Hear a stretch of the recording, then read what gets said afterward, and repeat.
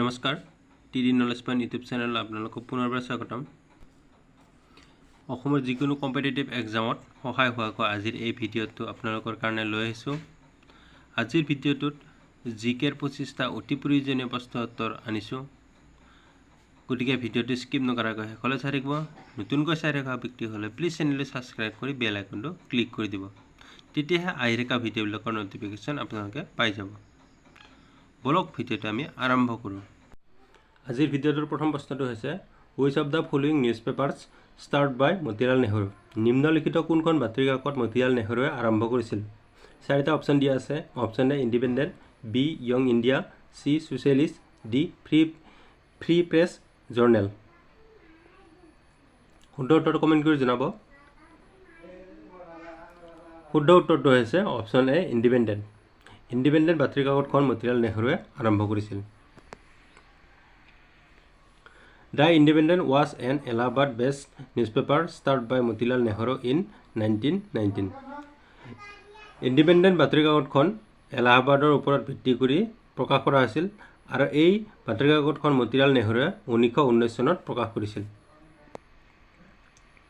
পিছৰ প্ৰশ্নলৈ আগবাঢ়িছোঁ question number 2 Which capital is known as the Tiger capital of India কোনখন ৰাজধানীক ভাৰতৰ টাইগাৰ ৰাজধানী বুলি কোৱা হয় চাৰিটা অপশ্যন দিয়া আছে A Bhopal B Ranchi C Nagpur D Gandhinagar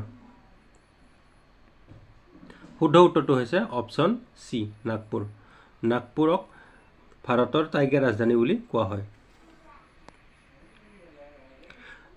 Nagpur is also called tiger capital of India as it connect many tigers reserve in India to the world নাগপুৰক টাইগাৰ কেপিটেল অফ ইণ্ডিয়া বুলিও কোৱা হয় কিয়নো ই ভাৰতৰ বহুতো ব্যাঘ্ৰ সংৰক্ষণক বিশ্বৰ সৈতে সংযোগ কৰে নাগপুৰক টাইগাৰ কেপিটেল বুলি কোৱাৰ কাৰণটো হৈছে ইয়াতে বাঘ সংৰক্ষণ কৰা হয় আৰু এই বাঘ সংৰক্ষণ বিশ্বৰ সৈতে সংযোগ কৰিছে পিছৰ প্ৰশ্নলৈ আগবাঢ়িছোঁ question number 3 which is the aquatic animal of India ভাৰতৰ ৰাষ্ট্ৰীয় জলজ প্ৰাণী কোনটো চাৰিটা অপশ্যন দিয়া আছে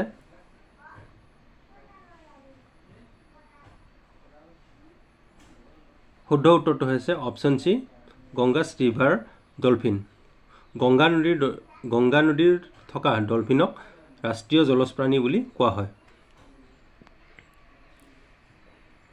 the Ganges river dolphin or also called susu is the national aquatic animal of India it is one of the national symbol of India Ganga নদী dolphin বা ইয়াক চুচু বুলিও কোৱা হয় গংগা নদী ডলফিন হৈছে ভাৰতৰ ৰাষ্ট্ৰীয় জলজ প্ৰাণী আৰু এই জলজ প্ৰাণীটিক চমুকৈ চুচু বুলিও কোৱা হয় ই ভাৰতৰ অন্যতম ৰাষ্ট্ৰীয় প্ৰতীক পিছৰ প্ৰশ্নলৈ আগবাঢ়িছোঁ question number 4 which of the following Portuguese prince was nickname navigator নিম্নলিখিত কোনজন পৰ্তুগীজ প্ৰিন্সক নেভিগেটৰ বুলি অভিহিত কৰা হৈছিল চাৰিটা অপশ্যন দিয়া আছে শুদ্ধ উত্তৰটো হৈছে প্ৰিন্স হেনৰিক নেভিগেটৰ বুলি কোৱা হয় আৰু এই প্ৰিন্স হেনৰি আছিল পৰ্তুগীজ এজন প্ৰিন্স পিছৰ প্ৰশ্নলৈ আগবাঢ়িছোঁ what is celebrate on 10th December 10 December তাৰিখে কি দিৱস উদযাপন কৰা হয় চাৰিটা অপশ্যন দিয়া আছে A human rights day B world malaria day C mothers day D world Hindi day শুদ্ধ উত্তৰটো হৈছে option A human rights day 10 December তাৰিখে বিশ্ব মানৱ অধিকাৰ দিৱস পালন কৰা হয় human rights day is observed every year on 10 December the day the United Nations General Assembly adopt in 1948 the Universal Declaration of Human Rights UDHR মানৱ অধিকাৰ দিৱস প্ৰতি বছৰে 10 ডিচেম্বৰত পালন কৰা হয় যিদিনা ৰাষ্ট্ৰসংঘৰ সাধাৰণ সভাই 1948 চনত মানৱ অধিকাৰৰ সাৰ্বজনীন ঘোষণা UDHR গ্ৰহণ কৰিছিল বিশ্বত মানৱ অধিকাৰ দিৱস 10 ডিচেম্বৰত পালন কৰা হয় আৰু এই 10 ডিচেম্বৰ তাৰিখটো প্ৰথম লোৱা হৈছিল 1948 চনত 1948 চনত মানৱ অধিকাৰ দিনটোক ৰাষ্ট্ৰসংঘৰ সাধাৰণ সভাই গ্ৰহণ কৰিছিল আৰু তেতিয়াৰ পৰা প্ৰতি বছৰে 10 ডিচেম্বৰ তাৰিখটোক ৰাষ্ট্ৰীয় মানৱ অধিকাৰ দিৱস হিচাপে পালন কৰা হয়। পিছৰ প্ৰশ্নলৈ আগবাঢ়িছোঁ। Question number 6 which is the largest human cell? আটাইতকৈ ডাঙৰ মানৱ কোষ কোনটো? 4টা অপশ্যন দিয়া আছে। শুদ্ধ উত্তৰটো কমেণ্ট কৰি জনাব।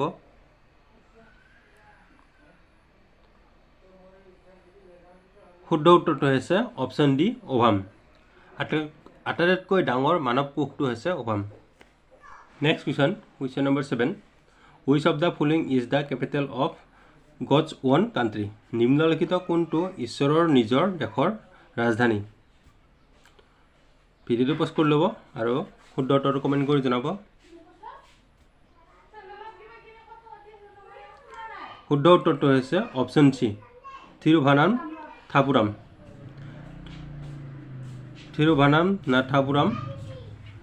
এই ঠাইখনক ঈশ্বৰৰ নিজৰ দেশৰ ৰাজধানী বুলি কোৱা হয়। পিছৰ প্ৰশ্নলৈ আগবাঢ়িছোঁ। Question number 8 how many bridge are there in the Brahmaputra river at present? ব্ৰহ্মপুত্ৰ নদীত বৰ্তমান কিমানখন দলং আছে?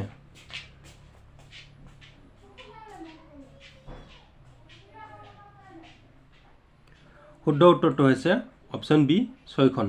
ব্ৰহ্মপুত্ৰ নদীত বৰ্তমান সময়ত 6খন দলং আছে।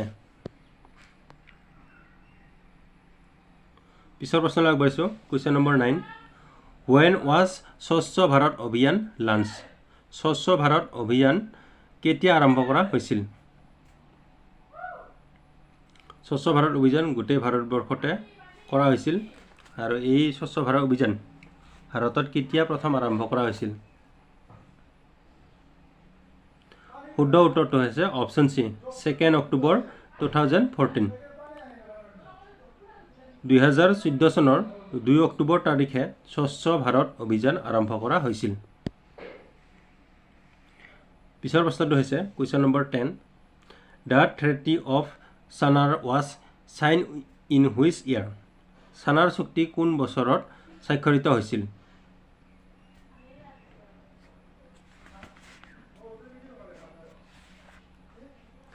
শুদ্ধ উত্তৰটো হৈছে অপশ্যন ডি 1781। চানাৰ চুক্তি 1781 চনত স্বাক্ষৰিত হৈছিল। The treaty of Sanar was signed in the year 1781। According to the treaty, the Calcutta Council grant both the Jagirs and treasure were guaranteed to the Begums, mother and grandmother of the Nawab Wazir of Oud. চানাৰ চুক্তি 1781 চনত স্বাক্ষৰিত হৈছিল। চুক্তি অনুসৰি কলিকতা পৰিষদে জাগিৰ আৰু ধন দুয়োটা প্ৰদান কৰিছিল বেগমসকলক। উধৰ নৱাব ৱাজিৰৰ মাতৃ আৰু আইতা নিশ্চিত কৰা হৈছিল। পিছৰ প্ৰশ্নলৈ আগবাঢ়িছোঁ। Question number 11 when is earth day celebrate? পৃথিৱী দিৱস কেতিয়া উদযাপন কৰা হয় বা ধৰিত্ৰী দিৱস কেতিয়া উদযাপন কৰা হয়? শুদ্ধ উত্তৰটো কমেণ্ট কৰি জনাব। শুদ্ধ উত্তৰটো হৈছে অপশ্যন এ 22 এপ্ৰিল। এপ্ৰিল মাহৰ 22 তাৰিখে প্ৰতি বছৰে পৃথিৱী দিৱস বা ধৰিত্ৰী দিৱস হিচাপে পালন কৰা হয়। পিছৰ প্ৰশ্নলৈ আগবাঢ়িছোঁ। Question number 12 what is the classical dance of Assam? অসমৰ শাস্ত্ৰীয় বা ধ্ৰুপদী নৃত্য কি? এই উত্তৰটো সকলোৱে জানে। শুদ্ধ উত্তৰটো হৈছে অপশ্যন এ শাস্ত্ৰীয় নৃত্য অসমৰ শাস্ত্ৰীয় বা ধ্ৰুপদী নৃত্য হয়। আমাৰ ভাৰতবৰ্ষত থকা 8টা শাস্ত্ৰীয় নৃত্যৰ বিষয়ে আমি জানো কোনটো ক'ৰ পৰা নৃত্য হয়। 1 ভাৰত নাট্যম ফ্ৰম তামিলনাডু। ভাৰত নাট্যমটো হৈছে তামিলনাডুৰ শাস্ত্ৰীয় নৃত্য। তাৰপিছতটো আহিছোঁ কথক ফ্ৰম উত্তৰ প্ৰদেশ। উত্তৰ প্ৰদেশৰ ক্লাছিকেল ডান্স হৈছে কথক। 3 নম্বৰত আছে কথাকলি ফ্ৰম কেৰেলা। কেৰেলাৰ ক্লাছিকেল ডান্স হৈছে কথাকলি 4 নম্বৰ আছে কুচিপুড়ি ফ্ৰম অন্ধ্ৰ প্ৰদেশৰ ক্লাছিকেল ডান্স হৈছে কাচিপুড়ি তাৰ পিছত আহিছো 5 মণিপুৰী ফ্ৰম মণিপুৰৰ ক্লাছিকেল ডান্স হৈছে মণিপুৰী তাৰ পিছত 6 মোহিনী নাট্যম ফ্ৰম কেৰেলাৰ ক্লাছিকেল ডান্স হৈছে মোহিনী নাট্যম তাৰ পিছত আছে 7 ওড়িশী ফ্ৰম উৰিষ্যাৰ ক্লাছিকেল ডান্স হৈছে ওড়িশী তাৰ পিছত আছে শাস্ত্ৰীয় ফ্ৰম আসাম যেটো অলপ আগতে কৈছিলো অসমৰ শাস্ত্ৰীয় নৃত্য হৈছে শাস্ত্ৰীয় অৰ্থাৎ অসমৰ ক্লাছিকেল ডান্স হৈছে শাস্ত্ৰীয় পিছৰ প্ৰশ্নলৈ আগবাঢ়িছো question number 13 which state has the highest number of national park in India ভাৰতত কোনখন ৰাজ্যত সৰ্বাধিক সংখ্যক ৰাষ্ট্ৰীয় উদ্যান আছে চাৰিটা অপচন দিয়া আছে অপচন এ আসাম বি ছত্তীশগড় সি মধ্যপ্ৰদেশ ডি হাৰিয়ানা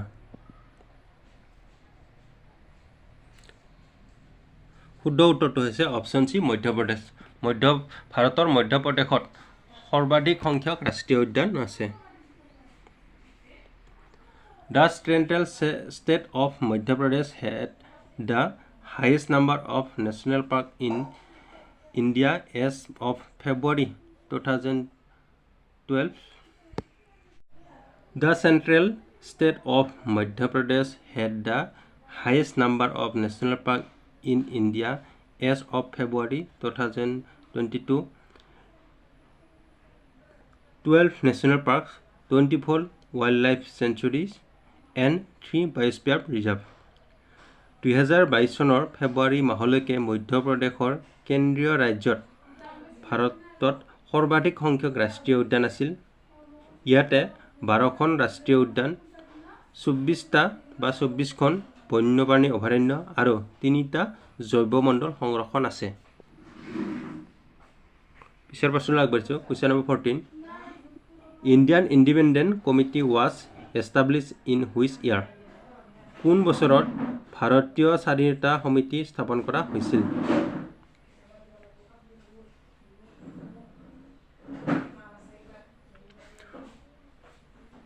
শুদ্ধ উত্তৰটো হৈছে অপচন এ 1914 1914 চনত ভাৰতীয় স্বাধীনতা সমিতি স্থাপন কৰা হৈছিল The Berlin Committee, later known as the Indian Independent Committee after 1915, was an organization formed in Germany in 1914 during World War I by Indian students and political activists resident in the country. 1915 চনৰ পিছত ভাৰতীয় স্বাধীনতা সমিতি হিচাপে পৰিচিত Berlin সমিতি 1914 চনত জাৰ্মানীত প্ৰথম বিশ্বযুদ্ধৰ সময়ত দেশখনত বাস কৰা ভাৰতীয় শিক্ষাৰ্থী আৰু ৰাজনৈতিক কৰ্মীসকলৰ দ্বাৰা গঠন কৰা এটা সংগঠন আছিল বাৰ্লিন সমিতি 1914 চনত গঠন কৰা হৈছিল আৰু এই বাৰ্লিন কমিটিখনে পিছলৈ 1915 চনত ভাৰতীয় স্বাধীনতা সমিতি হিচাপত স্বীকৃতি পাইছিল আৰু এই সময়ত আছিল জাৰ্মানীৰ প্ৰথম বিশ্বযুদ্ধ আৰম্ভ হৈছিল আৰু এই জাৰ্মানীত ভাৰতীয় শিক্ষাৰ্থী আৰু ৰাজনৈতিক কৰ্মীসকলে এই সংগঠনটো গঠন কৰিছিল পিছৰ প্ৰশ্নলৈ আগবাঢ়িছো question number 15 who appoint the chief justice of the high court উচ্চ ন্যায়ালয়ৰ মুখ্য ন্যায়াধীশ কোনে নিযুক্তি কৰে চাৰিটা অপচন দিয়া আছে শুদ্ধ উত্তৰটো কমেণ্ট কৰি জনাব শুদ্ধ উত্তৰটো হৈছে অপচন বি দ্য প্ৰেচিডেণ্ট ভাৰতৰ মুখ্য ন্যায়াধীশক ভাৰতৰ উচ্চ ন্যায়ালয়ৰ মুখ্য ন্যায়াধীশক ভাৰতৰ ৰাষ্ট্ৰপতিয়ে নিযুক্তি কৰে পিছৰ প্ৰশ্নলৈ আগবাঢ়িছো question number 16 what is the national song of India ভাৰতৰ ৰাষ্ট্ৰীয় গীতটো কি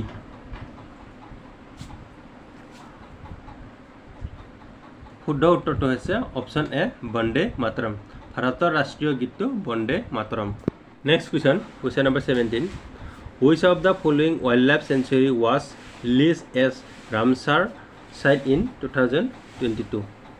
নিম্নলিখিত কোনটো বন্যপ্ৰাণী অভয়াৰণ্যক 2022 চনত ৰামছাৰ স্থান হিচাপে তালিকাভুক্ত কৰা হৈছিল? 4টা অপশ্যন দিয়া আছে। ভিডিঅ'টো পজ কৰি লৈ কমেণ্ট কৰি জনাব শুদ্ধ উত্তৰটো কোনটো হয়।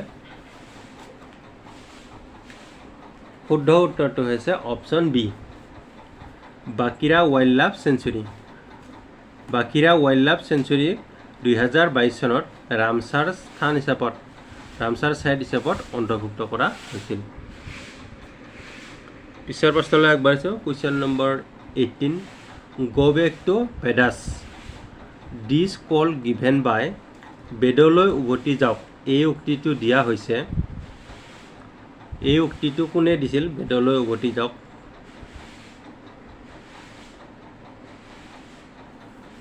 শুদ্ধ উত্তৰটো হৈছে অপশ্যন বি, দয়ানন্দ সৰস্বতী। বেদলৈ ঘূৰি যাওক এই বাক্যটো বা এই উক্তিটো কৈছিল দয়ানন্দ সৰস্বতীয়ে। One of the main messages of Swami Dayananda Saraswati was for Hindus to go back to the roots of their religion, which are the Vedas. স্বামী দয়ানন্দ সৰস্বতী এটা মুখ্য বাৰ্তা আছিল হিন্দুসকলে তেওঁলোকৰ ধৰ্মৰ শিপালৈ ঘূৰি যোৱা, যিবোৰ হৈছে বেদ। পিছৰ প্ৰশ্নলৈ আগবাঢ়িছোঁ। Question number 19, which of the following is in liquid form at room temperature? কোঠাৰ উষ্ণতাত নিম্নলিখিত কোনটো তৰল ৰূপত আছে?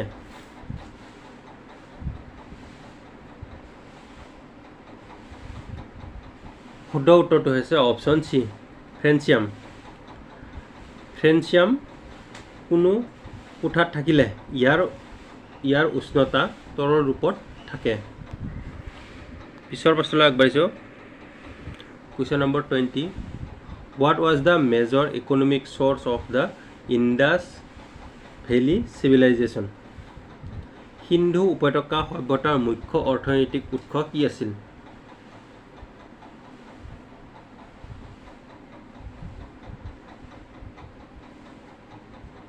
শুদ্ধ উত্তৰটো হৈছে অপশ্যন বি, এগ্ৰিকালচাৰ। সিন্ধু উপত্যকা সভ্যতাৰ মুখ্য অৰ্থনৈতিক উৎস আছিল কৃষি। Indus valley civilisation was N agriculture based civilisation. Agriculture was the major income. Sindhu সভ্যতা আছিলে কৃষিভিত্তিক সভ্যতা। সিন্ধু সভ্যতাৰ লোকসকলে কৃষিৰ ওপৰত নিৰ্ভৰ কৰিয়ে তেওঁলোকৰ অৰ্থনৈতিক দিশ চলিছিল। কৃষি আছিল মুখ্য উপাৰ্জন। পিছৰ প্ৰশ্নলৈ আগবাঢ়িছোঁ। Question number 21, who among the following first translate the Bhagavad Gita into English? নিম্নলিখিত কোনে প্ৰথমে ভাগৱত গীতাক ইংৰাজীলৈ অনুবাদ কৰিছিল?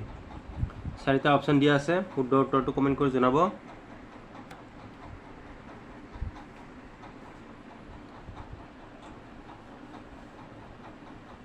শুদ্ধ উত্তৰটো হৈছে অপশ্যন ডি, চাৰ্লেছ উইলকিন্স। চাৰ্লছ উইলকিন্সে পোনপ্ৰথমে ভাগৱত গীতাক ইংৰাজীলৈ অনুবাদ কৰিছিল। Next question, question number 22, soda water contains, soda পানীত থাকে। 4টা অপশ্যন দিয়া আছে। শুদ্ধ উত্তৰটো কমেণ্ট কৰি জনাব।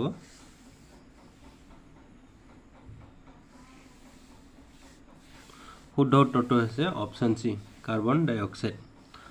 ছ'ডা পানীত কাৰ্বন ডাই অক্সাইড থাকে। পিছৰ প্ৰশ্নলৈ আগবাঢ়িছোঁ। Question number 23, which capital is known' as summer capital? কোনখন ৰাজধানীক গ্ৰীষ্মকালীন ৰাজধানী বুলি কোৱা হয়?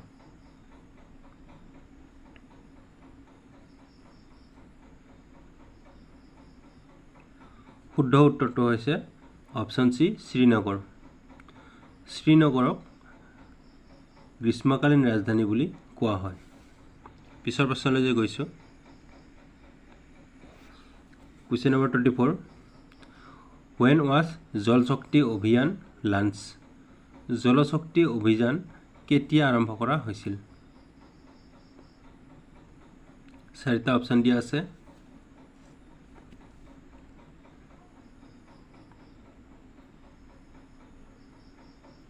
শুদ্ধ উত্তৰটো হৈছে অপশ্যন চি, 22 মাৰ্চ 2023 2021 2021 চনৰ 22 মাৰ্চ তাৰিখে জলশক্তি অভিযান আৰম্ভ কৰা হৈছিল।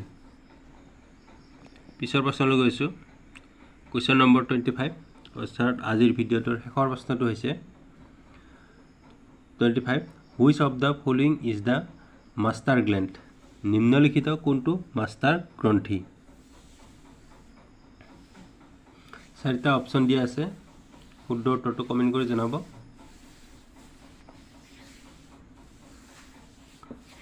শুদ্ধ উত্তৰটো হৈছে option D pituitary gland. Pituitary গ্ৰন্থিক মাষ্টাৰ গ্ৰন্থি বুলি কোৱা হয়। যদি ভিডিঅ'টো ভাল লাগিলে লাইক কমেণ্ট আৰু শ্বেয়াৰ কৰি দিব। নতুনকৈ চাই থকা ব্যক্তিসকলে প্লিজ চেনেলটো ছাবস্ক্ৰাইব কৰি বেল আইকনটো ক্লিক কৰি দিব, তেতিয়াহে আহি থকা ভিডিঅ'বিলাকৰ ন'টিফিকেশ্যন আপোনালোকে পাই যাব।